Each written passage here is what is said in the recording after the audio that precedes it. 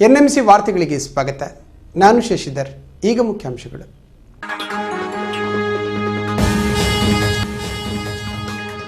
ಚಿಕ್ಕಮಗಳೂರು ಅರಣ್ಯ ಇಲಾಖೆಯಲ್ಲಿ ವ್ಯಾಪಕ ಭ್ರಷ್ಟಾಚಾರ, ಸುಳ್ಳು ದಾಖಲೆಗಳನ್ನು ನೀಡಿ ಸರ್ಕಾರಕ್ಕೆ ಲಕ್ಷಾಂತರ ರೂಪಾಯಿ ವಂಚನೆ, ಕೆಲಸವನ್ನೇ ಮಾಡದ ಸಿಬ್ಬಂದಿಗೆ ಪಾವತಿಯಾಗಿದೆ 5 ಲಕ್ಷ ವೇತನ. ಬಾವಿಗೆ ಹಾರಿ ಮಹಿಳೆ ಆತ್ಮಹತ್ಯೆ, ದೇರಳಕಟ್ಟೆಯಲ್ಲಿ ಭೀಕರ ಅಪಘಾತ, ವಿದ್ಯಾರ್ಥಿಗಳು ಪಾರು, ಉಳ್ಳಾಲ ಠಾಣೆಯಲ್ಲಿ ಪ್ರಕರಣ ದಾಖಲು. ಪುತ್ತೂರಿನಲ್ಲಿ 35 ವರ್ಷಗಳಿಂದ ನಿರಂತರವಾಗಿ ಉರಗ ಸಂರಕ್ಷಣೆಯ ಹಾವುಗಳನ್ನು ಹಿಡಿದು ಜನರಿಗೆ ನೆಮ್ಮದಿ ಒದಗಿಸುತ್ತಿರುವ ಐತಾಳರ ಸೇವೆಗೆ ಅಡ್ಡಿಪಡಿಸುತ್ತಿದೆ ಅರಣ್ಯ ಇಲಾಖೆಯ ಸುತ್ತೋಲೆ. ಚಿಕ್ಕಮಗಳೂರಿನ ಅರಣ್ಯ ಇಲಾಖೆಯಲ್ಲಿ ವ್ಯಾಪಕ ಭ್ರಷ್ಟಾಚಾರ ನಡೆಯುತ್ತಿದೆ ಎಂದು ಆರೋಪ ಕೇಳಿ ಬರ್ತಾ ಇದೆ. ಇದೀಗ ನಕಲಿ ದಾಖಲೆಗಳನ್ನು ಸೃಷ್ಟಿಸಿ ಕೋಟ್ಯಾಂತರ ರೂಪಾಯಿ ವಂಚಿಸಿದ ಬೃಹತ್ ಹಗರಣ ಬೆಳಕಿಗೆ ಬಂದಿದೆ. ಚಿಕ್ಕಮಗಳೂರು ಅರಣ್ಯ ಇಲಾಖೆಯಲ್ಲಿ ಭ್ರಷ್ಟಾಚಾರ ಹಾಗೂ ಅಕ್ರಮ ಅವ್ಯವಹಾರಗಳು ನಡೆಯುತ್ತಿವೆ ಎಂಬ ಆರೋಪಗಳು ಪದೇ ಪದೇ ಕೇಳಿ ಬರುತ್ತಿವೆ. ಭ್ರಷ್ಟಾಚಾರ ವಿರೋಧಿಸಿ ಅರಣ್ಯ ಇಲಾಖೆಯ ಎದುರು ಅದೆಷ್ಟೋ ಪ್ರತಿಭಟನೆಗಳು ನಡೆದವು. ಆದರೆ ಅಧಿಕಾರಿಗಳ ಎಂಜಲುತನ ಬೆಳಕಿಗೆ ಬರಲೇ ಇಲ್ಲ. ಹಸಿರೇ ಉಸಿರು, ಕಾಡಿದ್ದರೆ ಮಳೆ, ಮಳೆ ಇದ್ದರೆ ಬೆಳೆ ಎಂಬ ಘೋಷವಾಕ್ಯಗಳನ್ನ ಎಲ್ಲೆಡೆ ಬರೆಸುವ ಅರಣ್ಯ ಇಲಾಖೆಯೇ ನಾಡಿನ ಹಸಿರಿಗೆ ಕಂಟಕವಾಗಿದೆ. ಪ್ಲಾಂಟೇಶನ್ ಬೆಳೆಸುವ ಹೆಸರಲ್ಲಿ ಅರಣ್ಯ ಇಲಾಖೆ ಲಕ್ಷಾಂತರ ರೂಪಾಯಿ ಸರ್ಕಾರಕ್ಕೆ ಪಂಗನಾಮ ಹಾಕಿರುವ ಪ್ರಕರಣ ಇದೀಗ ಬೆಳಕಿಗೆ ಬಂದಿದೆ. ಹೌದು, ಚಿಕ್ಕಮಗಳೂರು ಜಿಲ್ಲೆಯ ಕೊಪ್ಪ ತಾಲೂಕು ಅರಣ್ಯ ಇಲಾಖೆ ಅಧಿಕಾರಿಗಳಿಗೆ ಹೇಳೋರು ಕೇಳೋರು ಯಾರೂ ಇಲ್ಲದಂತಾಗಿದೆ. ಅಧಿಕಾರಿಗಳು ಮಾಡಿದ್ದೇ ಕೆಲಸ, ಆಡಿದ್ದೇ ಆಟ ಎನ್ನುವಂತಾಗಿದೆ. ಒಂದು ಸರ್ಕಾರಿ ಇಲಾಖೆ ಮತ್ತೊಂದು ಸರ್ಕಾರಿ ಇಲಾಖೆಗೆ ವಂಚನೆ ಮಾಡಿದ್ದು ಕೊಪ್ಪ ತಾಲೂಕಿನ ಜಯಪುರ ಪೊಲೀಸ್ ಠಾಣೆ ಹಾಗೂ ಮುಕ್ಕಿಕೊಪ್ಪ ಹಿರಿಯ ಪ್ರಾಥಮಿಕ ಶಾಲೆಯ ಖಾಲಿ ಜಾಗದಲ್ಲಿ 400ಕ್ಕೂ ಹೆಚ್ಚು ಗಿಡ ಮರಗಳನ್ನು ಹಾಕಿ ಬೆಳೆಸಿ ಅಭಿವೃದ್ಧಿ ಪಡಿಸಿದ್ದೇವೆ ಎಂದು ಸುಳ್ಳು ದಾಖಲೆ ಸೃಷ್ಟಿಸಿ ಲಕ್ಷಾಂತರ ರೂಪಾಯಿ ಹಣವನ್ನ ಅರಣ್ಯಾಧಿಕಾರಿಗಳು ಸರ್ಕಾರಕ್ಕೆ ವಂಚಿಸಿದ್ದಾರೆ. ಮಕ್ಕಿಕೊಪ್ಪ ಹಿರಿಯ ಪ್ರಾಥಮಿಕ ಶಾಲೆ ಹಾಗೂ ಜಯಪುರ ಪೊಲೀಸ್ ಠಾಣೆಯ ಬಳಿ ಪರಿಶೀಲಿಸಿದಾಗ ಯಾವುದೇ ಗಿಡ ಮರಗಳನ್ನ ಬೆಳೆಸಿಲ್ಲ ಎಂದು ಶಾಲೆಯ ಎಸ್ಡಿಎಂಸಿ ಸದಸ್ಯರು ತಿಳಿಸಿದ್ದಾರೆ. ಅಲ್ಲದೆ ಜಿಲ್ಲಾ ಪೊಲೀಸ್ ವರಿಷ್ಠಾಧಿಕಾರಿ ಸಂತೋಷ್ ಬಾಬು ಅರಣ್ಯ ಇಲಾಖೆಯಿಂದ ನೆಟ್ಟ 3-4 ಗಿಡಗಳನ್ನ ಬಿಟ್ಟರೆ ಠಾಣೆಯ ಎದುರು ಅಷ್ಟೊಂದು ಗಿಡ ಮರಗಳನ್ನ ನೆಡೆಸಲು ಜಾಗವೇ ಇಲ್ಲ. ಅಲ್ಲದೆ ಇವುಗಳ ಪಾಲನೆ ಪೋಷಣೆಗೆ ಅರಣ್ಯ ಇಲಾಖೆ ಯಾವುದೇ ಫಾರೆಸ್ಟ್ ವಾಚರ್ಗಳನ್ನ ನೇಮಕ ಮಾಡಿದ್ದು ಕಂಡು ಬಂದಿಲ್ಲ ಎಂದಿದ್ದಾರೆ. ಪಕ್ಕದಲ್ಲಿ ಮಕ್ಕಿಕೊಪ್ಪದಲ್ಲಿ ಇದುವರೆಗೂ ಯಾವುದೇ ಕಾರಣಕ್ಕೂ ರೆಗ್ಯುಲರ್ ಫಾರೆಸ್ಟಿಂದ ಗಿಡ ನೆಡೋದಾಗಲಿ ಅಥವಾ ಬೇರೆ ಮತ್ತೆ ನಮ್ಮ police station Jayapura police station ಮುಂಭಾಗದಲ್ಲಿ ಗಿಡ ನೆಡೋದಾಗಲಿ ಯಾವುದೂ ಇಲ್ಲ. ಮಾಹಿತಿ ಪ್ರಕಾರ, ಈ ಹಕ್ಕಿನ ಪ್ರಕಾರ ನೋಡಿದರೆ ಮಾಹಿತಿ ಹಕ್ಕಲ್ಲಿ ಇಡೀ ತಾಲೂಕಲ್ಲಿ ಸುಮಾರು 1 ಕೋಟಿಗೂ ಮಿಕ್ಕಿ ಭ್ರಷ್ಟಾಚಾರ ಆಗಿರ್ಬೋದು. ಮತ್ತು ವಾಚ್ಮ್ಯಾನು ಎಲ್ಲೂ ಸೃಷ್ಟಿ ಮಾಡಿಕೊಂಡು ಮಾಡಿದರೆ ವಿನಃ ಯಾವುದೇ ವಾಚ್ಮ್ಯಾನ್ಗಳು ಇದುವರೆಗೂ ನೇಮಕಾತಿ ಆಗಿಲ್ಲ.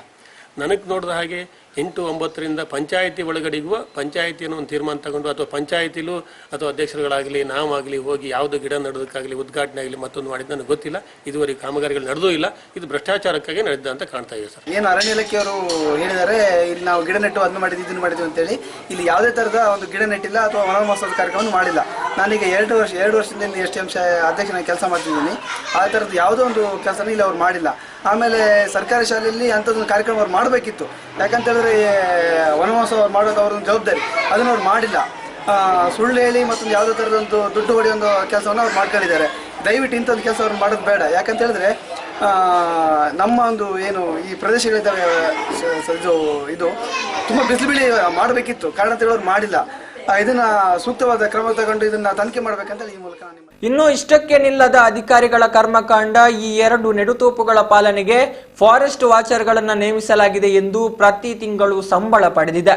ಅದು ಕೂಡ ಬೇರೆ ಬೇರೆ ಹೆಸರುಗಳಲ್ಲಿ ಸಹಿ ಮಾಡಿ ಗಿಡಗಳನ್ನ ಬೆಳೆಸದಿದ್ದರೂ ಸಂಬಳವನ್ನ ಪಡೆದುಕೊಂಡಿದ್ದಾರೆ. ಯಾವುದೇ ನೆಡುತೋಪುಗಳನ್ನ ಬೆಳೆಸದಿದ್ದರೂ ಹಣಕ್ಕಾಗಿ ನಕಲಿ ವಾಚರ್ಗಳನ್ನ ಸೃಷ್ಟಿಸಿ ಅಧಿಕಾರಿಗಳು ಹಣ ಪೀಕಿಸಿರುವುದು ದಾಖಲೆಗಳಿಂದ ಬಹಿರಂಗವಾಗಿದೆ. ಅಲ್ಲದೆ ಠಾಣೆಯ ಮುಂಭಾಗ ಪೊಲೀಸ್ ವಸತಿ ಗೃಹ ನಿರ್ಮಾಣ ಮಾಡಲು ಜಾಗವೇ ಇಲ್ಲ. ಅಂತಹದ್ರಲ್ಲಿ ನೆಡುತೋಪು ಅಭಿವೃದ್ಧಿ ಪಡಿಸೋದು ಎಲ್ಲಿಂದ? ತಾಲೂಕಿನ ದೇವಗೂಡು, ಕೆಲಕುಳಿ ಗ್ರಾಮಗಳಲ್ಲಿ ನೆಡುತೋಪು ಬೆಳೆಸಿದ್ದೇವೆಂದು ಹಾಗೂ ವಾಚರ್ಗಳನ್ನು ನೇಮಿಸಿ ಅಭಿವೃದ್ಧಿ ಪಡಿಸಿದ್ದೇವೆಂದು ಲಕ್ಷಾಂತರ ರೂಪಾಯಿಗಳನ್ನು ಲಪಟಾಯಿಸಲಾಗಿದೆ. ವಾಸು ಎನ್ನುವ ವಾಚರ್ 2015ರ ಮಾರ್ಚ್ ತಿಂಗಳಲ್ಲಿ ಪ್ರತ್ಯೇಕ 2 ಕಡೆಯೂ ಕಾರ್ಯನಿರ್ವಹಿಸಿ ಒಂದೇ ಬಾರಿ ಅದೇ ತಿಂಗಳಲ್ಲಿ 2 ಬಾರಿ ಸಂಬಳ ಪಡೆದಿದ್ದಾರೆ. ಇದೇ ರೀತಿ ಇಡೀ ಕೊಪ್ಪ ತಾಲೂಕಿನಾದ್ಯಂತ 1 ಕೋಟಿಗೂ ಅಧಿಕ ಪ್ರಮಾಣದ ಭ್ರಷ್ಟಾಚಾರ ನಡೆದಿರುವುದಕ್ಕೆ ಮಾಹಿತಿ ಹಕ್ಕಿನಡಿ ದೊರೆತಿರುವ ದಾಖಲೆಗಳು ಸಾಕ್ಷ್ಯ ನುಡಿಯುತ್ತಿವೆ. ಈಗ 2012ರಲ್ಲಿ 3 ಸಾಗುವಾನಿ ಗಿಡಗಳನ್ನ ಅಲ್ಲಿ ನೆಟ್ಟಿದ್ರಂತೆ. ನೆಟ್ಟಿದ್ರಲ್ಲಿ ಸದ್ಯಕ್ಕೆ 2 ಗಿಡಗಳಿದೆ. ಅದನ್ನು 4 ಮಾವಿನ ಹಣ್ಣಿನ ಗಿಡಗಳನ್ನು ನೆಟ್ಟಿದ್ರಂತೆ. ಅದರಲ್ಲಿ ಇವಾಗ 1 ಕೂಡ ಇಲ್ಲ. ದೆನ್ 2 ನೇರಳೆ ಗಿಡಗಳನ್ನ ನೆಟ್ಟಿದ್ರಂತೆ. ಅದೆಲ್ಲ ಇವಾಗ ಒಣಗೋಗಿದ್ದಂತೆ. ಯಾವುದೇ ಫಾರೆಸ್ಟ್ ವಾಚರ್ ಆಗಲಿ ಅಲ್ಲಿಗೆ ಇದುವರೆಗೂ ಕೂಡ ಬಂದಿಲ್ಲ ಅಂತ ನಮ್ಮ ಪೊಲೀಸ್ ಸಿಬ್ಬಂದಿಯಲ್ಲಿ ಹೇಳ್ತಾ ಇದ್ದಾರೆ. ಅದೇ ರೀತಿಯಲ್ಲಿ 400 ಗಿಡ ನೆಡುವಷ್ಟು ಅಲ್ಲಿ ಜಾಗ ಕೂಡ ನಮ್ಮ ಪೊಲೀಸ್ ಠಾಣೆಗಳಿಲ್ಲ. ಆ್ಯಂಡ್ ಯಾವುದೇ ಅದನ್ನು 400 ಗಿಡ ನೆಟ್ಟಿದ ಬಗ್ಗೆ ಯಾವುದೇ ಕೈಂಡ್ ಆಫ್ ರಿಟರ್ನ್ ಡಾಕ್ಯುಮೆಂಟ್ಸ್ ಆಗಲಿ ಅಥವಾ ಪ್ರೂಫ್ ಆಗಲಿ ನಮ್ಮ ಹತ್ರ ಇಲ್ಲ. ಒಟ್ಟಾರೆ ಚಿಕ್ಕಮಗಳೂರಿನಲ್ಲಿ ಅರಣ್ಯಾಧಿಕಾರಿಗಳ ಭ್ರಷ್ಟಾಚಾರಕ್ಕೆ ಮಿತಿಯೇ ಇಲ್ಲದಂತಾಗಿದ್ದು, ಒಬ್ಬ ಅಧಿಕಾರಿ ನಕಲಿ ದಾಖಲೆ ಸೃಷ್ಟಿಸಿ 1 ತಿಂಗಳಿಗೆ 2 ಬಾರಿ ಸಂಬಳ ಪಡೆಯುತ್ತಾನೆ. ಅಂದರೆ ಅಧಿಕಾರಿಗಳ ಭ್ರಷ್ಟಾಚಾರ ಅದೆಷ್ಟು ಮಿತಿ ಮೀರಿದೆ ಎನ್ನುವುದನ್ನು ಪ್ರತಿಯೊಬ್ಬ ನಾಗರಿಕನೂ ಅವಲೋಕಿಸಬೇಕಿದೆ. ಕೂಡಲೇ ಸರ್ಕಾರ ಅರಣ್ಯ ಇಲಾಖೆಯ ಈ ಎಲ್ಲ ಅಕ್ರಮಗಳಿಗೆ ಕಡಿವಾಣ ಹಾಕಬೇಕಾಗಿದೆ. ಮಂಗಳೂರು ಮಹಾನಗರ ಪಾಲಿಕೆಯಲ್ಲಿ ಮತ್ತೆ ರಾಜಕೀಯ ಚಟುವಟಿಕೆಗಳು ಗರಿಕೆ ತರುತ್ತಿದೆ. 3ನೇ ಅವಧಿಯ ಮೇಯರ್ ಯಾರು ಎಂಬ ಕುತೂಹಲ ಎಲ್ಲರಲ್ಲಿದೆ.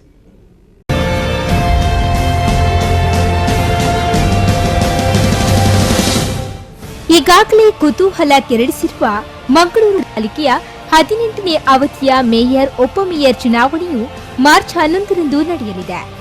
ಇದೇ ದಿನ 4 ಸ್ಥಾಯಿ ಸಮಿತಿ ಸದಸ್ಯರುಗಳ ಚುನಾವಣೆಯೂ ನಡೆಯಲಿದೆ. ಮಾರ್ಚ್ 11ರಂದು ಬೆಳಿಗ್ಗೆ 11:30ಕ್ಕೆ ಮಂಗಳೂರು ಮಹಾನಗರ ಪಾಲಿಕೆಯ ಮಂಗಳ ಸಭಾಂಗಣದಲ್ಲಿ ಪ್ರಾದೇಶಿಕ ಆಯುಕ್ತರು, ಮೈಸೂರು ವಿಭಾಗ, ಮೈಸೂರು ಇವರ ಅಧ್ಯಕ್ಷತೆಯಲ್ಲಿ ಚುನಾವಣೆ ನಡೆಯಲಿದೆ. 3ನೇ ಅವಧಿಯ ಮೇಯರ್ ಉಪಮೇಯರ್ ಕುರ್ಚಿ ಯಾರ ಪಾಲಿಗೆ ಲಭಿಸುತ್ತೋ ಎಂಬುದರಲ್ಲಿ ಕುತೂಹಲ ಆರಂಭವಾಗಿದೆ.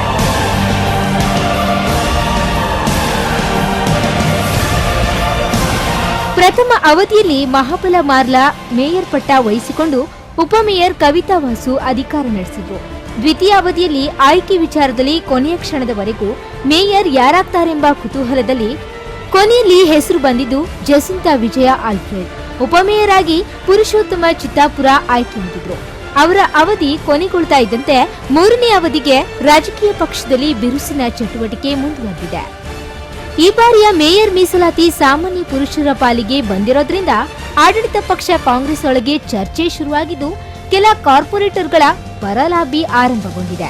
ಕಾಂಗ್ರೆಸ್ನಲ್ಲಿ ಆಕಾಂಕ್ಷಿಗಳ ಪಟ್ಟಿ ದೊಡ್ಡದಾಗಿದೆ. ಅಬ್ದುಲ್ ರವೂಫ್, ಭಾಸ್ಕರ್ ಮೊಯ್ಲಿ, ಹರಿನಾಥ್ ಸೇರಿದಂತೆ ಕೆಲವೊಂದು ಕಾರ್ಪೊರೇಟರ್ಗಳ ಹೆಸರು ಮುಂಚೂಣಿಯಲ್ಲಿದೆ.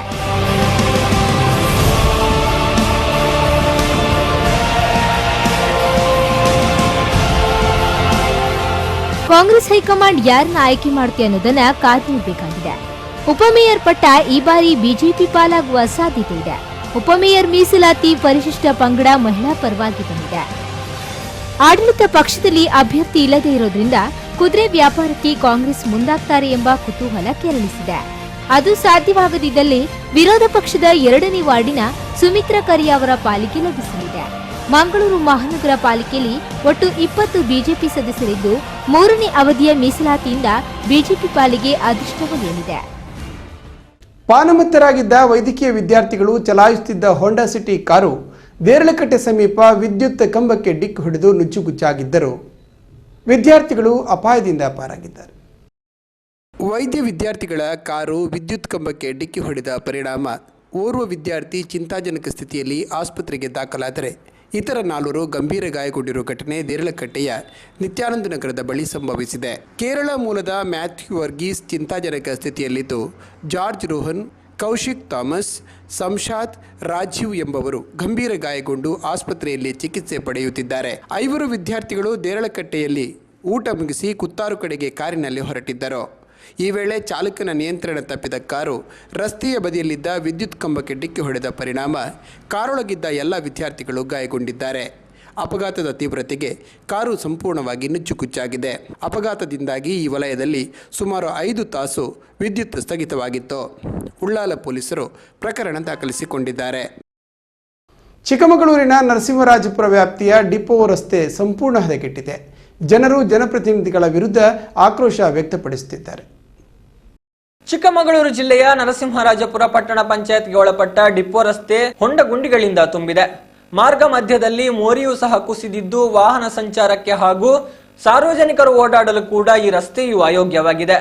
ಜಿಲ್ಲಾ ಪಂಚಾಯತ್ ಹಾಗೂ ಸ್ಥಳೀಯ ಪ್ರತಿನಿಧಿಗಳು ಇತ್ತ ಗಮನವನ್ನೇ ಹರಿಸುತ್ತಿಲ್ಲ. ಸಾರ್ವಜನಿಕರು ರಸ್ತೆಯಲ್ಲಿ ಓಡಾಡುವಾಗ ಹಿಡಿ ಶಾಪ ಹಾಕಿಕೊಂಡೇ ತಿರುಗಾಡುವಂತಾಗಿದೆ. ಇನ್ನು ಈ ರಸ್ತೆಯ ದುರಸ್ತಿ ಬಗ್ಗೆ ಅನೇಕ ಬಾರಿ ಪಟ್ಟಣ ಪಂಚಾಯತ್ಗೆ ಮನವಿ ಸಲ್ಲಿಸಿದ್ದರೂ ಯಾವುದೇ ಪ್ರಯೋಜನವಾಗಿಲ್ಲ.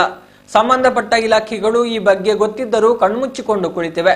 ಇದೀಗ ಜನರ ಆಕ್ರೋಶ ಮಿತಿಮೀರಿದ್ದು ಜನರು ಉಗ್ರ ಹೋರಾಟಕ್ಕೂ ಮುಂದಾಗಿದ್ದಾರೆ. ಜನರ ಆಕ್ರೋಶಕ್ಕೆ ಮಣಿದ ಸ್ಥಳೀಯ ಜನಪ್ರತಿನಿಧಿಗಳು ನರಸಿಂಹರಾಜಪುರ ಪಟ್ಟಣ ಪಂಚಾಯತ್ ಒಳಪಟ್ಟ ಡಿಪೋ ರಸ್ತೆಯನ್ನ ಅಭಿವೃದ್ಧಿ ಮಾಡಲು ಸುಮಾರು 25 ಲಕ್ಷ ರೂಪಾಯಿ ಅನುದಾನವನ್ನ ಬಿಡುಗಡೆ ಮಾಡಿದ್ದಾರೆ. ಈ ನಿಟ್ಟಿನಲ್ಲಿ ರಸ್ತೆ ನಿರ್ಮಾಣ ಕಾಮಗಾರಿ ಕೂಡ ನಡೆಯುತ್ತಿದೆ. ರಸ್ತೆ ಶೀಘ್ರ ನಿರ್ಮಾಣವಾಗುತ್ತೋ ಅಥವಾ ಮರೀಚಿಕೆಯಾಗುತ್ತೋ ಅನ್ನುವುದನ್ನ ಕಾದು ನೋಡಬೇಕಾಗಿದೆ. ಮಾನಸಿಕ ಖಿನ್ನತೆಯಿಂದಾಗಿ ಮಹಿಳೆಯರೋರ್ವರು ಬಾವಿಗೆ ಹಾರಿ ಆತ್ಮಹತ್ಯೆ ಮಾಡಿಕೊಂಡ ಘಟನೆ ಕುಂಪಲದ ಚೇತನ ನಗರದಲ್ಲಿ ನಡೆದಿದೆ. ಮಹಿಳೆಯೋರ್ವರು ಬಾವಿಗೆ ಹಾರಿ ಆತ್ಮಹತ್ಯೆ ಮಾಡಿಕೊಂಡ ಘಟನೆ ಮಂಗಳೂರು ಹೊರವಲಯದ ತೊಕ್ಕೊಟ್ಟು ಕುಂಪಲ ಸಮೀಪದ ಚೇತನ ನಗರದಲ್ಲಿ ನಡೆದಿದೆ. ಸುಮಾರು 70 ವರ್ಷ ಪ್ರಾಯದ ಸುಮಿತ್ರಾ ಎಂಬಾಕೆ ಬಾವಿಗೆ ಹಾರಿ ಆತ್ಮಹತ್ಯೆ ಮಾಡಿಕೊಂಡ ಮಹಿಳೆ. ಇವರು ಕಳೆದ ಕೆಲ ಸಮಯಗಳಿಂದ ಮಾನಸಿಕ ಖಿನ್ನತೆಯಿಂದ ಬಳಲುತ್ತಿದ್ದು ಇಂದು ಮುಂಜಾನೆ ವೇಳೆ ಬಾವಿಗೆ ಹಾರಿ ಆತ್ಮಹತ್ಯೆ ಮಾಡಿಕೊಂಡಿದ್ದಾರೆ. ಅಗ್ನಿಶಾಮಕ ದಳದ ಸಿಬ್ಬಂದಿಗಳು ಸ್ಥಳಕ್ಕಾಗಮಿಸಿ ಶವವನ್ನ ಬಾವಿಯಿಂದ ಮೇಲಕ್ಕೆತ್ತಿದ್ರು. ಉಳ್ಳಾಲ ಪೊಲೀಸ್ ಠಾಣೆಯಲ್ಲಿ ಈ ಬಗ್ಗೆ ಪ್ರಕರಣ ದಾಖಲಿಸಲಾಗಿದೆ. ಸುದ್ದಿ ಇನ್ನೂ ಇದೆ, ನೋಡ್ತಾ ಇರಿ NMC ವಾರ್ತೆಗಳು.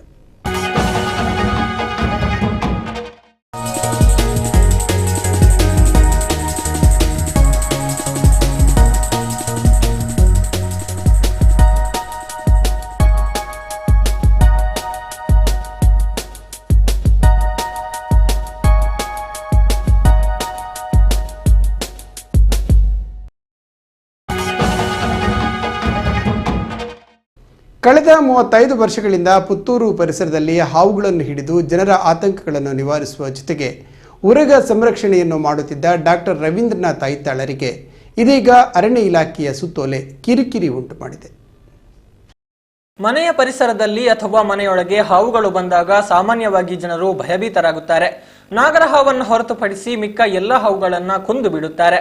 ನಾಗರಹಾವನ್ನು ಮಾತ್ರ ಪರಿಸರದಿಂದ ಓಡಿಸುವ ಪ್ರಯತ್ನ ಮಾಡುತ್ತಾರೆ. ಇಂತಹ ಸಂದರ್ಭದಲ್ಲಿ ನೆನಪಾಗುವುದು ಪುತ್ತೂರಿನ ಕಲ್ಲಾರಿ ನಿವಾಸಿ ಡಾಕ್ಟರ್ ರವೀಂದ್ರನಾಥ್ ಐತಾಳ್. ಕಳೆದ 35 ವರ್ಷಗಳಿಂದ ರವೀಂದ್ರನಾಥ್ ಐತಾಳ್ ಪುತ್ತೂರು ತಾಲೂಕಿನ ಹಾಗೂ ನೆರೆಯ ತಾಲೂಕುಗಳಲ್ಲಿ ಮನೆ ಪರಿಸರಕ್ಕೆ ಬರುವ ಹಾವುಗಳನ್ನು ಹಿಡಿದು ರಕ್ಷಿತಾರಣ್ಯಕ್ಕೆ ಬಿಡುವ ಕಾರ್ಯವನ್ನ ಮಾಡುತ್ತಿದ್ದಾರೆ. ಮನೆ ಪರಿಸರಕ್ಕೆ ಬರುವ ಹಾವುಗಳನ್ನ ಕೊಲ್ಲಬೇಡಿ, ಎಲ್ಲ ಹಾವುಗಳಲ್ಲೂ ವಿಷವಿರುವುದಿಲ್ಲ, ಎಲ್ಲರೂ ಹಾವುಗಳನ್ನು ಕೊಂದರೆ ಅವುಗಳ ಸಂತತಿಯೇ ನಾಶವಾಗುತ್ತದೆ ಎನ್ನುವುದನ್ನ ಮನದಟ್ಟು ಮಾಡುವ ಕೆಲಸವನ್ನ ಮಾಡುತ್ತಿದ್ದಾರೆ. ಹಾವುಗಳು ಕಂಡ ತಕ್ಷಣ ಸಾರ್ವಜನಿಕರ ಕರೆಗೆ ಹೋಗೊಟ್ಟು ಹಾವುಗಳು ಇರುವ ಸ್ಥಳಕ್ಕೆ ಧಾವಿಸಿ ತನ್ನ ಪ್ರಾಣವನ್ನು ಲೆಕ್ಕಿಸದೆ ರಕ್ಷಿತಾರಣ್ಯಕ್ಕೆ ಬಿಡುತ್ತಾರೆ. ಇದಕ್ಕಾಗಿ ಐತಾಳರು ಯಾವುದೇ ಪ್ರತಿಫಲವನ್ನ ನಿರೀಕ್ಷೆ ಮಾಡಿದವರಲ್ಲ. ಈವರೆಗೆ ಸುಮಾರು 60,000ದಷ್ಟು ಹಾವುಗಳ ಪ್ರಾಣವನ್ನ ಉಳಿಸಿ ಹಾವುಗಳ ಸಂಖ್ಯೆ ಗಣನೀಯವಾಗಿ ಹೆಚ್ಚುವಂತೆ ಮಾಡಿ ವನ್ಯಮೃಗ ಸಂರಕ್ಷಣೆಯಲ್ಲಿ ಯಾವುದೇ ಸರಕಾರಿ ಸಂಬಳ ತೆಗೆದುಕೊಳ್ಳುವ ನೌಕರ ಮಾಡಲಾಗದ ಸೇವೆಯನ್ನ ಯಾವುದೇ ಪ್ರತಿಫಲಾಪೇಕ್ಷೆ ಇಲ್ಲದೆಯೇ ಮಾಡಿದ್ದಾರೆ. 35 ವರ್ಷಗಳಲ್ಲಿ ಸಾರ್ವಜನಿಕ ಜೀವನದಲ್ಲಿ ಗುರುತಿಸಿಕೊಂಡಿರುವ ಡಾಕ್ಟರ್ ರವೀಂದ್ರನಾಥ್ ಐತಾಳ್ ಕಳೆದ 27 ವರ್ಷಗಳಿಂದ ಹಾವುಗಳ ಸಂರಕ್ಷಣೆಯಲ್ಲಿ ತೊಡಗಿಕೊಂಡಿದ್ದಾರೆ. ಪ್ರತಿ ತಿಂಗಳ ವರದಿಯನ್ನ ಅರಣ್ಯ ಇಲಾಖೆಗೆ ಸಲ್ಲಿಸುತ್ತಿದ್ದಾರೆ. ಇದಕ್ಕೆ ಅಗತ್ಯವಾದ ಪರವಾನಗಿಯನ್ನ ಕೇಂದ್ರ ಸರ್ಕಾರದಿಂದ ಐತಾಳರು ಪಡೆದುಕೊಂಡಿದ್ದಾರೆ. 20,000ದಷ್ಟು ಹಾವಿನ ಮೊಟ್ಟೆಗಳಿಗೆ ಕೃತಕ ಕಾವು ನೀಡಿ ಜೀವ ನೀಡಿದ್ದಾರೆ. 298ರಷ್ಟು ಕಾಳಿಂಗ ಸರ್ಪಗಳನ್ನ ರಕ್ಷಿಸಿದ್ದಾರೆ. ಮಂಗಳೂರಿನ ಪಿಲಿಕುಳದಲ್ಲಿ 2, ಮೈಸೂರಿನಲ್ಲಿ 2, ಪರಶಿವನ ಕಡವಿನಲ್ಲಿ 3 ಕಾಳಿಂಗ ಸರ್ಪಗಳಿಗೆ ಚಿಕಿತ್ಸೆ ನೀಡಿದ್ದಾರೆ. ಹೀಗೆ 1000ಕ್ಕೂ ಅಧಿಕ ಹಾವುಗಳಿಗೆ ಪುನರ್ಜನ್ಮ ನೀಡಿದ್ದಾರೆ. ಚಿಕಿತ್ಸೆ ಸಂದರ್ಭ 4 ಬಾರಿ ಹಾವು ಕಡಿತಕ್ಕೂ ಒಳಗಾಗಿದ್ದಾರೆ. 3 ಬಾರಿ ತನ್ನದೇ ಆಯುರ್ವೇದಿಕ್ ಚಿಕಿತ್ಸೆಯನ್ನು ಪಡೆದುಕೊಂಡಿದ್ದಾರೆ. ಜನಸಾಮಾನ್ಯರಿಗೂ ಆಯುರ್ವೇದಿಕ್ ಚಿಕಿತ್ಸೆ ನೀಡುತ್ತಿದ್ದಾರೆ. ಹಾವುಗಳನ್ನು ಹಿಡಿದು ರಕ್ಷಿತಾರಣ್ಯಕ್ಕೆ ಬಿಟ್ಟು ಅರಣ್ಯ ಇಲಾಖೆಗೆ ಮಾಹಿತಿ ನೀಡುವ ಷರತ್ತುಗಳಲ್ಲಿ ಹಾಗೂ ಸರ್ಕಾರಿ ಕಚೇರಿಗಳಲ್ಲಿ, ಶಾಲೆಗಳಲ್ಲಿ, ಸಾರ್ವಜನಿಕ ಸ್ಥಳಗಳಲ್ಲಿ ಹಾವುಗಳ ಪ್ರದರ್ಶನ ಮಾಡಿ ಹಾವುಗಳ ಬಗ್ಗೆ ವಿವರಣೆ ತಿಳಿಸಲು ಅನುಮತಿ ಕೂಡ ಪಡೆದುಕೊಂಡಿದ್ರು. ನಂತರ ಯಾವುದೇ ವೆಚ್ಚವನ್ನ ಪಡೆಯದೆ ರಕ್ಷಿತಾರಣ್ಯಕ್ಕೆ ಬಿಡುವ ಕೆಲಸವನ್ನ ಐತಾಳ್ ಮುಂದುವರಿಸಿಕೊಂಡು ಬಂದಿದ್ರು. ಪುತ್ತೂರಿನಲ್ಲಿ ಕಳೆದ 35 ವರ್ಷದಿಂದ ಸಾರ್ವಜನಿಕರಿಗೆ ತೊಂದರೆ ಕೊಟ್ಟಂಥ ಅಥವಾ ಮನೆಯೊಳಗೆ ಬಂದಂಥ ಹಾವುಗಳನ್ನು ಹಿಡಿದು ಕಾಡಿಗೆ ಬಿಡ್ತಾ ಬಂದಿದ್ದೇನೆ. ಅದರ ಒಟ್ಟಿಗೆ ಹಾವುಗಳು ಪೆಟ್ಟಾದರೆ ಅದಕ್ಕೆ ಟ್ರೀಟ್ಮೆಂಟ್ ಕೊಟ್ಟು ಅದು ಗುಣಮುಖ ಮಾಡಿ ಕಾಡಿಗೆ ಬಿಡ್ತಾ ಇದ್ದೇನೆ. ಸೊ 1987ರಲ್ಲಿ ನನಗೆ ಇಲಾಖೆಯಿಂದ ಪರ್ಮಿಷನ್ ಸಿಕ್ಕಿತ್ತು. ಪ್ರತಿ ಜಾತಿ 2 ಹಾವು ಸಾಕಲಿಕ್ಕೆ, ಸಾರ್ವಜನಿಕರಿಗೆ ಉಪನ್ಯಾಸ ಕೊಡಲಿಕ್ಕೆ ಹಾಗೂ ಪ್ರತಿ ತಿಂಗಳು ಅರಣ್ಯ ಇಲಾಖೆಗೆ ರಿಪೋರ್ಟ್ ಕೊಡಬೇಕು ನಾನು ಮಾಡಿದ ಕೆಲಸದ ಬಗ್ಗೆ ಅಂತ. ಸೊ ಅದನ್ನು ಹಾಗೆ ಮಾಡ್ಕೊಂಡು ಬರ್ತಾ ಇದ್ದೆ. ಆಮೇಲೆ 2003ರಲ್ಲಿ ರೆಸ್ಕ್ಯೂ ಸೆಂಟರ್ ಅಂತ ಹೇಳ್ಕೊಂಡು ಮಾಡಿದೆ. ಎಲ್ಲ ಪೆಟ್ಟಾದ ಹಾವುಗಳು ಅಥವಾ ಪ್ರಾಣಿಗಳನ್ನು ಟ್ರೀಟ್ಮೆಂಟ್ ಕೊಟ್ಟು ಬಿಡುವಂಥ ಪುನರ್ವಸತಿ ಕೇಂದ್ರ ಮಾಡಿದೆ. ಆಮೇಲೆ ಮಂತ್ಲಿ ರಿಪೋರ್ಟ್ ಕೊಡ್ತಾ ಇದ್ದೆ. ಆದರೆ ಅದರಲ್ಲಿ ಒಂದು ನಿಬಂಧನೆ ಇತ್ತು ಅವರದ್ದು, ಹಾವು ಹಿಡಿದು 20 ಗಂಟೆ ಒಳಗಡೆ ಇಲಾಖೆ ತಿಳಿಸಿ ಅವರ ಆದೇಶ ಪ್ರಕಾರ ಕಾಡಿಗೆ ಬಿಡತಕ್ಕದ್ದು ಅಂತ.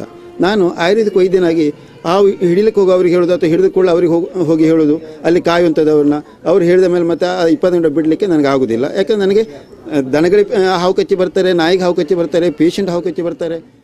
ವನ್ಯಮೃಗಗಳು, ಹಾವುಗಳು ಸಹಿತ ನಾಗರಿಕರಿಗೆ ತೊಂದರೆ ಕೊಡುವ ಸಂದರ್ಭದಲ್ಲಿ ವನ್ಯಮೃಗಗಳಿಂದ ನಾಗರಿಕರಿಗೆ ರಕ್ಷಣೆ ನೀಡಬೇಕಾದುದು ಅರಣ್ಯ ಇಲಾಖೆಯ ಕರ್ತವ್ಯ. ಆದರೆ ಕಳೆದ 35 ವರ್ಷಗಳಿಂದ ಹಾವುಗಳಿಂದ ನಾಗರಿಕರಿಗೆ ರಕ್ಷಣೆಯನ್ನ ಐತಾಳರೇ ನೀಡುತ್ತಿದ್ದಾರೆ. ಹೀಗಾಗಿ ಅರಣ್ಯ ಇಲಾಖೆ ತನ್ನ ಕರ್ತವ್ಯವನ್ನೇ ಮರೆತು ಬಿಟ್ಟಂತಿದೆ. ಅದು ಸಾಲದೆಂಬಂತೆ ಅರಣ್ಯ ಇಲಾಖೆ ಅಧಿಕಾರಿಗಳು ಐತಾಳರಿಗೆ ಹಾವು ಹಿಡಿಯದಂತೆಯೇ ತಾಕೀತು ಮಾಡಿರುವುದು ನಿಜಕ್ಕೂ ನಾಗರಿಕರ ದುರದೃಷ್ಟ. 35 ವರ್ಷದಿಂದ ಐತಾಳರು ಮನೆಗಳಿಗೆ ಹಾವುಗಳು ಬಂದು ತೊಂದರೆ ಕೊಟ್ಟಾಗ ಅದನ್ನು ಹಿಡಿದು ಕಾಡಿಗೆ ಬಿಡುವ ವ್ಯವಸ್ಥೆ ಮಾಡ್ತಾಯಿದ್ರು.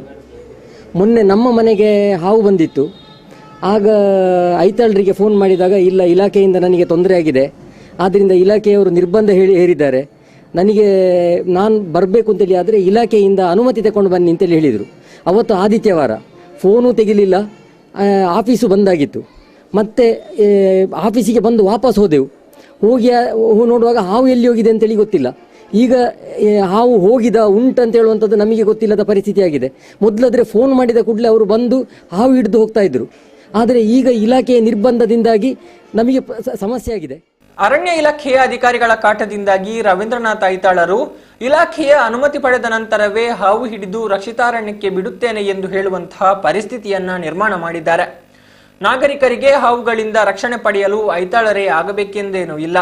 ಸರ್ಕಾರಿ ಅರಣ್ಯ ಇಲಾಖೆಯ ನೌಕರರು ತಮ್ಮ ಕರ್ತವ್ಯವನ್ನು ನಿಭಾಯಿಸಿದರೂ ಸಾಕಾಗುತ್ತದೆ. ಆದರೆ 27 ವರ್ಷದಿಂದ ಹಿಂದೆ ಇಲಾಖೆಯವ್ರ ಈ ನಿಬಂಧನೆ ಆಗುವುದಿಲ್ಲ ಅಂತ ಹೇಳೋದಕ್ಕೆ, ಬೇಡ ಆಯ್ತಂದರೆ ನೀವು ಸರ್ವಿಸ್ ಕೊಡ್ತಾ ಇದ್ದೀರಾ, ಅದೇನೋ ಹಾಕಿದ್ರು, ನೀವು ನಿಮ್ಮ ಸರ್ವಿಸ್ ಮಾಡಿ, ನಿಮಗೆ ಏನಾದ್ರು ಹಾವುಗಳಿಗೆ ತೊಂದರೆ ಕೊಟ್ಟರು ಮಾತ್ರ ನಾವು ನಿಮ್ಮನ್ನು ಕೇಳ್ತೇವೇನೋ, ಇಲ್ಲ ನಾವು ಮಾತಾಡೋದಿಲ್ಲ, ನೀವು ಮಂತ್ಲಿ ರಿಪೋರ್ಟ್ ಕೊಡಿ ಅಂತ ಹೇಳಿದ್ರು. ಹಾಗೆ ಮಾಡ್ತಾಯಿದ್ದೆ. ಆದರೆ ಈಗ ಮೊನ್ನೆ 25ನೇ ತಾರೀಕು ನಮ್ಮ ಅರಣ್ಯ ಇಲಾಖೆಯಿಂದ ರೇಂಜ್ ಫಾರೆಸ್ಟ್ ಆಫೀಸರು ನನಗೆ ನೋಟಿಸ್ ಕೊಟ್ಟರು, ನೀವು 1ನೇ ನಿಬಂಧನೆ ಅಂದರೆ 20 ಗಂಟೆ ಒಳಗೆ ಹಿಡಿದು ತಿಳಿಸಿ ಬಿಡದೇ ಇರುವಂಥದ್ದು, ಇದನ್ನು ನೀವು ಮಾಡ್ತಾ ಇಲ್ಲ, ಪಾಲಿಸ್ತಾ ಇಲ್ಲ, ನೀವು ಇದನ್ನು ನೆಕ್ಸ್ಟ್ ಕಟ್ಟುನಿಟ್ಟಾಗಿ ಪಾಲಿಸಬೇಕಂತ. ಸೊ ನನ್ನ ಈ ವೃತ್ತಿಯಲ್ಲಿ, ಆಯುರ್ವೇದ ವೃತ್ತಿಯಲ್ಲಿ ನನಗೆ ಹಾಗೆ ಕಟ್ಟುನಿಟ್ಟು ಪಾಲಿಸಲಿಕ್ಕಾಗೋದಿಲ್ಲ. ನಾನೇನಿದ್ರು ಇದುವರೆಗೆ ಈಗ ಸುಮಾರು 35 ವರ್ಷದಿಂದ ಸುಮಾರು 60,000 ಮಿಕ್ಕಿ ಹಾವನ್ನು ಬರೆಸಿದ್ದೇನೆ, ವಿಷರಹಿತವಾದ್ದು. ಅಲ್ಲದೆ ಒಂದು 20,000 ಮಿಕ್ಕಿ ಮೊಟ್ಟೆ ಮರಿ ಮಾಡಿ ಬಿಟ್ಟಿದ್ದೇನೆ, ಬಹಳಷ್ಟು ಹಾವುಗಳು ಟ್ರೀಟ್ಮೆಂಟ್ ಕೊಟ್ಟಿದ್ದೇನೆ. ಇದೆಲ್ಲ ನನಗೆ ಸ್ಯಾಟಿಸ್ಫ್ಯಾಕ್ಷನ್ ಇದೆ. ಆದರೆ ಈಗ ಮತ್ತೆ ನನಗೊಂದು ನೋವು ಅಂದರೆ ಸಾರ್ವಜನಿಕರಿಗೆ ನನ್ನ ಸೇವೆಯನ್ನು ಕೊಡಲಿಕ್ಕೆ ಆಗೋದಿಲ್ಲಲ್ಲ ಅಂತ. ಯಾಕಂತೇಳಿ ಈ ಇಲಾಖೆ ಈ ಕಟ್ಟುನಿಟ್ಟಿನ ಇದನ್ನು ನನಗೆ ಪಾಲಿಸಲಿಕ್ಕೆ ಆಗ್ತಾಯಿಲ್ಲ. ಸೊ ಇಲಾಖೆಯವರು ಏನಾದರೂ ಮುಂಚಿನ ಹಾಗೆ, ಈಗ 27 ವರ್ಷ ನಾನು ಹೇಗೆ ಅವರಿಗೆ ಸ್ಟೇಟ್ಮೆಂಟ್ ಕೊಟ್ಕೊಂಡು ಬರ್ತಿದ್ದೆ, ಹಾಗೆ ನೀವು ಮುಂದರಿಸಿ ನೀವು ಸೇವೆ ಕೊಡಿ ಅಂತ ಹೇಳಿದರೆ ಯಾವುದೇ ಫಲಾಪೇಕ್ಷೆ ಇಲ್ಲದೆ ನಾನು ಸೇವೆ ಕೊಡಲಿಕ್ಕೆ ರೆಡಿ ಇದ್ದೇನೆ. ಒಟ್ಟಿನಲ್ಲಿ ವನ್ಯಮೃಗಗಳಿಂದ ರಕ್ಷಣೆ ಸಿಕ್ಕಿದರೆ ಸಾಕು ಎನ್ನುವ ಅಭಿಪ್ರಾಯ ಸಾರ್ವಜನಿಕರದ್ದಾಗಿದೆ. ಏನಪೋಯ ವಿಶ್ವವಿದ್ಯಾಲಯದ ರಾಷ್ಟ್ರೀಯ ಸೇವಾ ಯೋಜನೆಯ ಅಂಗವಾಗಿ ಕ್ಯಾನ್ಸರ್ ಅರಿವು ಕಾರ್ಯಕ್ರಮ ಕಲ್ಲಡ್ಕದ ಶ್ರೀರಾಮ ಪದವಿ ಪೂರ್ವ ಕಾಲೇಜಿನಲ್ಲಿ ನಡೆಯಿತು. ದೇರಳಕಟ್ಟೆಯ ಏನಪೋಯ ವಿಶ್ವವಿದ್ಯಾಲಯದ ರಾಷ್ಟ್ರೀಯ ಸೇವಾ ಯೋಜನೆಯ ವತಿಯಿಂದ ಕಲ್ಲಡ್ಕದ ಶ್ರೀರಾಮ ಪ್ರಥಮ ದರ್ಜೆ ಕಾಲೇಜಿನಲ್ಲಿ ಕ್ಯಾನ್ಸರ್ ಅರಿವು ಜಾಗೃತಿ ಕಾರ್ಯಕ್ರಮ ಇತ್ತೀಚೆಗೆ ನಡೆಯಿತು. ಕಾರ್ಯಕ್ರಮದ ಪ್ರಾರಂಭದಲ್ಲಿ ರಾಷ್ಟ್ರೀಯ ಸೇವಾ ಯೋಜನೆಯ ಮುಖ್ಯಸ್ಥೆ ಡಾಕ್ಟರ್ ಅಶ್ವಿನಿ ಪ್ರಾಸ್ತಾವನೆಯ ಮಾತುಗಳನ್ನಾಡಿದರು. ಇಷ್ಟವರೆಗೆ ನಾವು ಪ್ರೋಗ್ರಾಮ್ ಆರ್ಗನೈಸ್ ಮಾಡಿದ ಎಲ್ಲ ಕಾಲೇಜುಗಳಲ್ಲೂ ಅವರು ಉಪಸ್ಥಿತರಿದ್ರು. So is feeling bad that he couldn't come here. ಸೊ ಅವರ ಪರವಾಗಿ ಅವ್ರು ಇಲ್ಲಿ ಇರ್ತಿದ್ರೆ ಆಕ್ಚುಲಿ ನಿಮಗೂ ಒಳ್ಳೇದಿತ್ತು. ಬಟ್ ಎನಿವೇ ಅವರು ಮುಂದಿನ ಕಾರ್ಯಕ್ರಮಗಳಲ್ಲಿ ಡೆಫಿನೆಟ್ ಆಗಿ ಇಲ್ಲಿ ಬಂದು ನಿಮಗೆ ಇನ್ನೊಂದು ಮಾಹಿತಿಯನ್ನ ಅವರೇ ಕೊಡ್ಲಿಕ್ಕೆ ಇಷ್ಟಪಡ್ತಾರೆ. ಮುಖ್ಯ ಅತಿಥಿಯಾಗಿದ್ದ ಶ್ರೀರಾಮ ವಿದ್ಯಾಕೇಂದ್ರದ ಸಂಚಾಲಕರಾದ ಡಾಕ್ಟರ್ ಪ್ರಭಾಕರ ಭಟ್ ಕಲ್ಲಡ್ಕ ಅತಿಥಿ ಸ್ಥಾನದಿಂದ ಮಾತನಾಡಿದರು. ಟಿಬಿ, ಟ್ಯೂಬರ್ಕ್ಯುಲೋಸಿಸ್, ಅದು ಬಂದರೂ ಮನುಷ್ಯ ಬದುಕೋದಿಲ್ಲ ಅಂತ ಇತ್ತು. ಇವತ್ತಿನ ದಿನದಲ್ಲಿ ಕ್ಯಾನ್ಸರ್ ಬಂದರೆ ಬದುಕೋದಿಲ್ಲ ಅಂತ ಹೇಳುವಂಥ ವಾತಾವರಣದ ಹಿನ್ನೆಲೆಯಲ್ಲಿ ನಾವು ಇವತ್ತು ಇಲ್ಲಿ ಸೇರಿದ್ದೇವೆ. TB ಇವತ್ತು ಮಾರಣಾಂತಿಕ ಅಲ್ಲ. ಸರಿಯಾಗಿ ಅವನು ಔಷಧಿ ಮಾಡಿದರೆ 6 ತಿಂಗಳಲ್ಲಿ ಅವನು ಸ್ವಸ್ಥ ಒಬ್ಬ ವ್ಯಕ್ತಿ ಆಗಿಬಿಡ್ತಾನೆ. ಕ್ಯಾನ್ಸರ್ನಲ್ಲಿ ಇವತ್ತು ಹೇಳಿರುವುದು ಸಾಕಷ್ಟು ಹೇಳಿರುವುದು ಸಾಮಾನ್ಯ ಎರಡು ಒಂದು ಹೊರಗೆ ಕಾಣ್ತಾ ಇರುವಂಥ ಕ್ಯಾನ್ಸರ್, ಇನ್ನು ಕೆಲವು ನಮಗೆ ಕಾಣದೇ ಇರುವಂಥ ಕ್ಯಾನ್ಸರ್ಗಳು. ಒಂದು ನೋನ್ ಕ್ಯಾನ್ಸರ್ ಅಂತಾರೆ, ಎಲುಬಿನಲ್ಲಿ ಒಂದು ಕ್ಯಾನ್ಸರ್ ಬರೋದು, ಅದೇ ನಮಗೆ ಗೊತ್ತಾಗೋದಿಲ್ಲ. ಕರುಳಿನಲ್ಲಿ ಏನೋ ಕ್ಯಾನ್ಸರ್ ಆಗಿದೆ, ಅಷ್ಟು ಸುಲಭದಲ್ಲಿ ಗೊತ್ತಾಗೋದಿಲ್ಲ. ಲಂಗ್ಸಿನಲ್ಲಿ ಏನೋ ಕ್ಯಾನ್ಸರ್ ಬಂದಿದೆ, ಅಷ್ಟು ಸುಲಭದಲ್ಲಿ ಗೊತ್ತಾಗೋದಿಲ್ಲ. ಈ ರೀತಿ ಒಳಗಿನ ಕೆಲವು ಕ್ಯಾನ್ಸರ್ಗಳನ್ನು ಬಿಟ್ಟರೆ ಉಳಿದೆಲ್ಲ ಕ್ಯಾನ್ಸರ್ಗಳು ಒಂದಲ್ಲ ಒಂದು ರೀತಿಯನ್ನು ಹೊರಗೆ ತೋರಿಸ್ತದೆ. ಶ್ರೀರಾಮ ವಿದ್ಯಾಕೇಂದ್ರದ ಅಧ್ಯಕ್ಷರಾದ ಬಿ ನಾರಾಯಣ ಸೋಮಯಾಜಿ, CO ವಸಂತ ಮಾಧವ, ಪ್ರಾಂಶುಪಾಲರಾದ ಕೃಷ್ಣ ಪ್ರಸಾದ್ ಸಕಾಲಿಕ ಸಲಹೆಗಳನ್ನಿತ್ತರು. ಇದರ ಫಲಾನುಭವಿಗಳಾದ ನೀವೆಲ್ಲರೂ ಧನ್ಯರು. ಯಾಕಂತ ಹೇಳಿದ್ರೆ ಕ್ಯಾನ್ಸರ್ ಅಂದ್ರೆ ಏನು ಅಂತ ನಮಗೆ ಗೊತ್ತಿರಲಿಲ್ಲ. ಕ್ಯಾನ್ಸರ್ ಅನ್ನೋ ಪದ ಗೊತ್ತಿದ್ದು ಇದು ಜನರಲ್ಲಿ ಕಂಡು ಬರ್ತದೆ, ಇದರಿಂದ ಸಾವು ಬರ್ತದೆ, ಈ 3 ವಿಷಯಗಳು ಮಾತ್ರ ನಮಗೆ ಗೊತ್ತಿದ್ದದ್ದು. ಆದ್ರೆ ಕ್ಯಾನ್ಸರ್ ಅಂದ್ರೆ ಏನು, ಇದು ಹೇಗೆ ಬರ್ತದೆ, ಇದರಲ್ಲಿರುವಂತಹ ಪರ್ಯಾಲೋಪಗಳು ಏನು, ಇದೆಲ್ಲದರ ಬಗ್ಗೆ ಸವಿಸ್ತಾರವಾದಂತಹ ಮಾಹಿತಿಯನ್ನು ಇವತ್ತು ಯೆನಪೋಯ ಯೂನಿವರ್ಸಿಟಿ ಅವರು ನಮಗೆ ಕೊಟ್ಟಿದ್ದಾರೆ. Already told one thing we should appreciate from the today's group, that is all the students in today's group, they have shown a lot of enthusiasm. The sessions were very interactive. You asked so many questions. I think you are satisfied with the answers. Are you satisfied with the answers? Yes. So with the same spirit and enthusiasm, you should reach out.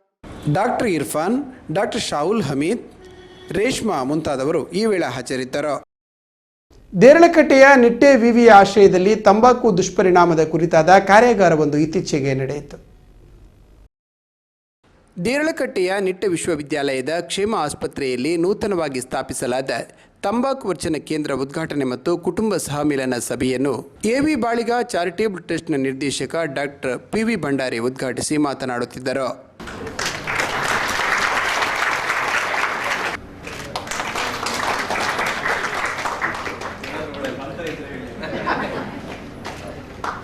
DPM, and probably he is one of the really what do you say, the most humane doctor I have ever seen on earth. That's what I can say.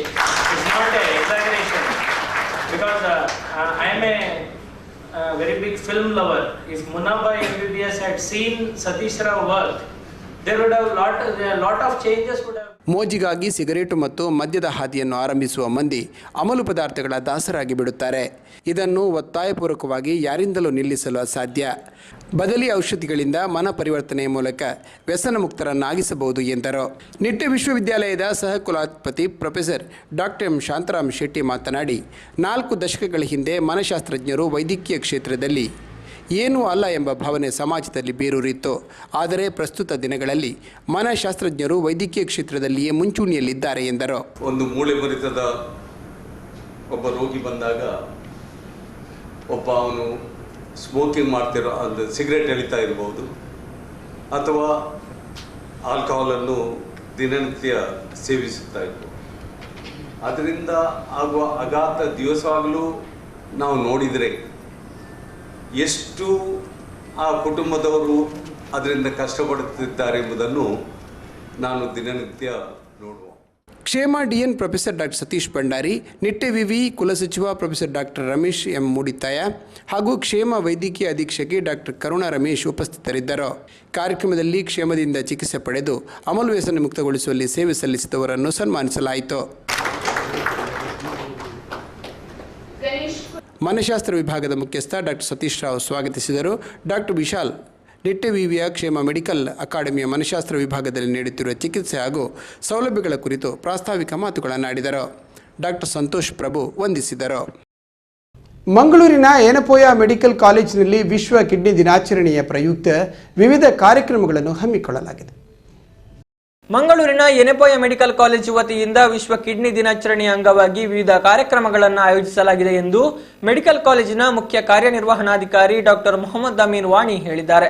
ಮಂಗಳೂರಿನಲ್ಲಿ ಸುದ್ದಿಗೋಷ್ಠಿಯಲ್ಲಿ ಮಾತನಾಡಿದ ಅವರು, March 10ರಂದು ವಿಶ್ವ kidney ದಿನಾಚರಣೆ ಕಾರ್ಯಕ್ರಮ ನಡೆಯಲಿದೆ. ಈ ಹಿನ್ನೆಲೆಯಲ್ಲಿ ಯೆನೆಪೋಯ ಮೆಡಿಕಲ್ ಕಾಲೇಜಿನ ವತಿಯಿಂದ 10 ಕಾರ್ಯಕ್ರಮಗಳನ್ನು ಆಯೋಜಿಸಲಾಗಿದೆ. ಶಾಲಾ ಮಕ್ಕಳಲ್ಲಿ ಕಿಡ್ನಿ ಮತ್ತು ಮೂತ್ರರೋಗ ಕಾಯಿಲೆಗಳನ್ನು ಪತ್ತೆ ಹಚ್ಚುವ ನಿಟ್ಟಿನಲ್ಲಿ ಆರೋಗ್ಯ ತಪಾಸಣೆ, ವಯಸ್ಕರಲ್ಲಿ ಕಿಡ್ನಿ ಹಾಗೂ ಮೂತ್ರರೋಗಗಳ ತಪಾಸಣೆ, ಶಿಕ್ಷಣ ಜಾಗೃತಿ ಕಾರ್ಯಕ್ರಮಗಳನ್ನು ಹಮ್ಮಿಕೊಳ್ಳಲಾಗಿದೆ ಎಂದರು. We have fulfilled our dream and accomplished our vision of successive renal transplants which have been done in Yanapoya Medical College Hospital, and already we have done 6 transplants, and most important is this, that all these transplants have been 100% successful. Even just 3 days before, 2 transplant patients are admitted, 2 donors also. Anybody among you can have a look of those patients which are still in the hospital. The second thing, we had promised last time that while accomplishing this milestone, ಸುದ್ದಿಗೋಷ್ಠಿಯಲ್ಲಿ ಮೂತ್ರಪಿಂಡ ಹಾಗೂ ಮೂತ್ರರೋಗ ವಿಭಾಗದ ಪ್ರಮುಖರಾದ doctor Santosh Babu Pai, doctor Mujibir Rehman, doctor Nishchint D'Souza, doctor Mohammed Guttigar ಉಪಸ್ಥಿತರಿದ್ದರು. ಮಂಗಳೂರಿನ Highlands ಆಸ್ಪತ್ರೆಯಲ್ಲಿ ಉಚಿತ ಸೀಳ್ದುಟಿ ಶಸ್ತ್ರಚಿಕಿತ್ಸಾ ವಿಭಾಗವನ್ನು ಆರಂಭಿಸಲಾಗಿದೆ. ಮಂಗಳೂರಿನ ಹೈಲ್ಯಾಂಡ್ ಆಸ್ಪತ್ರೆಯಲ್ಲಿ ಜರ್ಮನಿ ಸಹಯೋಗದೊಂದಿಗೆ ಸೀಳ್ದುಟಿ ಶಸ್ತ್ರಚಿಕಿತ್ಸಾ ಕೇಂದ್ರವನ್ನು ಆರಂಭಿಸಲಾಗಿದೆ ಎಂದು ಮ್ಯಾಕ್ಸಿಲೋಫೇಶಿಯಲ್ ಮತ್ತು ಕಾಸ್ಮೆಟಿಕ್ ಸರ್ಜನ್ನ ಯೋಜನಾ ನಿರ್ದೇಶಕ ಪ್ರೊಫೆಸರ್ ಡಾಕ್ಟರ್ ನವೀನ್ ರಾವ್ ಹೇಳಿದ್ದಾರೆ. ಮಂಗಳೂರಿನಲ್ಲಿ ಸುದ್ದಿಗೋಷ್ಠಿಯಲ್ಲಿ ಮಾತನಾಡಿದ ಅವರು, ಹುಟ್ಟುವಾಗಲೇ ಸೀಳ್ದುಟಿ ವೈಕಲ್ಯದಿಂದ ಬಳಲುತ್ತಿರುವ ಮಕ್ಕಳಿಗೆ ಉಚಿತ ಶಸ್ತ್ರಚಿಕಿತ್ಸೆಯ ಮೂಲಕ ಸರಿಪಡಿಸುವ ಕೇಂದ್ರವನ್ನ ನಗರದ ಹೈಲ್ಯಾಂಡ್ ಆಸ್ಪತ್ರೆಯಲ್ಲಿ ಅಖಿಲ ಭಾರತ ಮಹಿಳಾ ಸೇವಾ ಸಮಾಜ ಸ್ಥಾಪಿಸಿದೆ. ಸಂಪೂರ್ಣ ಉಚಿತವಾಗಿ ಮಕ್ಕಳ ಸೀಳ್ದುಟಿ ಸಮಸ್ಯೆಯನ್ನ ಶಸ್ತ್ರಚಿಕಿತ್ಸೆಯ ಮೂಲಕ ಸರಿಪಡಿಸಲಾಗುವುದು ಎಂದು ಹೇಳಿದರು.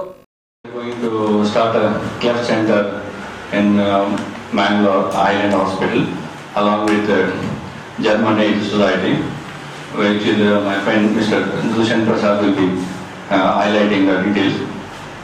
The project just started recently, 15 days back, and this is for the kids coming from the poor economically background society. The ratio of cleft was 1:800 in all over India, and this project is going on all over India along with the German society in all of the states. The Mangalore is the first center, and it will be benefiting to the cleft children from all over Dakshin Kannada as Uttar Kannada also. And this is ಪರವಾನಗಿ ಇಲ್ಲದ ಖಾಸಗಿ ವಾಹನಗಳು ಪ್ರವಾಸಿ ಬಾಡಿಗೆ ಮಾಡುವುದನ್ನು ಖಂಡಿಸಿ tourist car ಮತ್ತು van ಚಾಲಕ ಮಾಲೀಕರ ಸಂಘದಿಂದ ಮಾರ್ಚ್ 8ರಂದು ಪ್ರತಿಭಟನೆ ನಡೆಯಲಿದೆ. ಪರವಾನಗಿ ಇಲ್ಲದೆ ಬಸ್ಸುಗಳು ಹಾಗೂ ಖಾಸಗಿ ಕಾರುಗಳು ಪ್ರವಾಸಿ ಬಾಡಿಗೆ ಮಾಡುವುದರ ವಿರುದ್ಧ ತೊಕ್ಕೊಟ್ಟಿನ ಟೂರಿಸ್ಟ್ ಕಾರು ಮತ್ತು ವ್ಯಾನ್ ಚಾಲಕ ಮಾಲಕರ ಸಂಘದ ವತಿಯಿಂದ ಪ್ರತಿಭಟನೆ ಹಾಗೂ ಉಪವಾಸ ಸತ್ಯಾಗ್ರಹ ನಡೆಯಲಿದೆ ಎಂದು ಟೂರಿಸ್ಟ್ ಕಾರು ಮತ್ತು ವ್ಯಾನ್ ಚಾಲಕ ಮಾಲಕರ ಸಂಘದ ಅಧ್ಯಕ್ಷ ಎಂ ದಿನೇಶ್ ಕುಂಪಲ ಹೇಳಿದ್ದಾರೆ.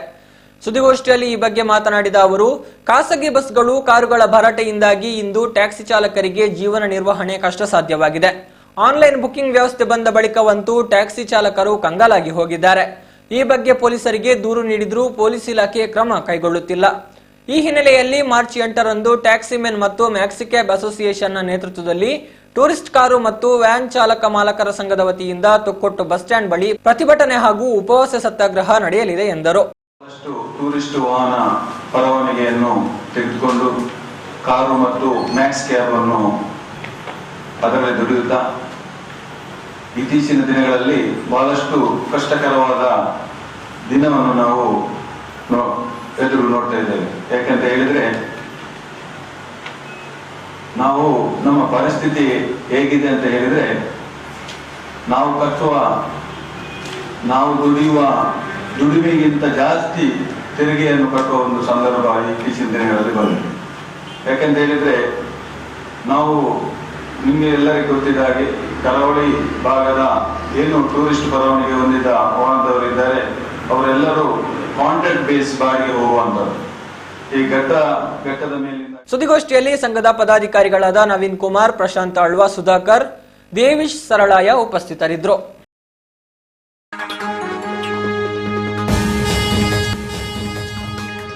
ಚಿಕ್ಕಮಗಳೂರು ಅರಣ್ಯ ಇಲಾಖೆಯಲ್ಲಿ ವ್ಯಾಪಕ ಭ್ರಷ್ಟಾಚಾರ, ಸುಳ್ಳು ದಾಖಲೆಗಳನ್ನು ನೀಡಿ ಸರ್ಕಾರಕ್ಕೆ ಲಕ್ಷಾಂತರ ರೂಪಾಯಿ ವಂಚನೆ, ಕೆಲಸವನ್ನೇ ಮಾಡದ ಸಿಬ್ಬಂದಿಗೆ ಪಾವತಿಯಾಗಿದೆ 5 ಲಕ್ಷ ವೇತನ. ಬಾವಿಗೆ ಹಾರಿ ಮಹಿಳೆ ಆತ್ಮಹತ್ಯೆ, ದೇರಳಕಟ್ಟೆಯಲ್ಲಿ ಭೀಕರ ಅಪಘಾತ, ವಿದ್ಯಾರ್ಥಿಗಳು ಪಾರು, ಉಳ್ಳಾಲ ಠಾಣೆಯಲ್ಲಿ ಪ್ರಕರಣ ದಾಖಲು. ಪುತ್ತೂರಿನಲ್ಲಿ 35 ವರ್ಷಗಳಿಂದ ನಿರಂತರವಾಗಿ ಉರಗ ಸಂರಕ್ಷಣೆಯ ಹಾವುಗಳನ್ನು ಹಿಡಿದು ಜನರಿಗೆ ನೆಮ್ಮದಿ ಒದಗಿಸುತ್ತಿರುವ ಐತಾಳರ ಸೇವೆಗೆ ಅಡ್ಡಿಪಡಿಸುತ್ತಿದೆ ಅರಣ್ಯ ಇಲಾಖೆಯ ಸುತ್ತೋಲೆ. ಇಲ್ಲಿಗೆ ಇಂದಿನ NMC ವಾರ್ತೆಗಳು ಮುಕ್ತಾಯವಾಯಿತು. ಮುಂದಿನ ವಾರ್ತೆಯೊಡನೆ ಮತ್ತೆ ಭೇಟಿಯಾಗೋಣ. ವಂದನೆಗಳು.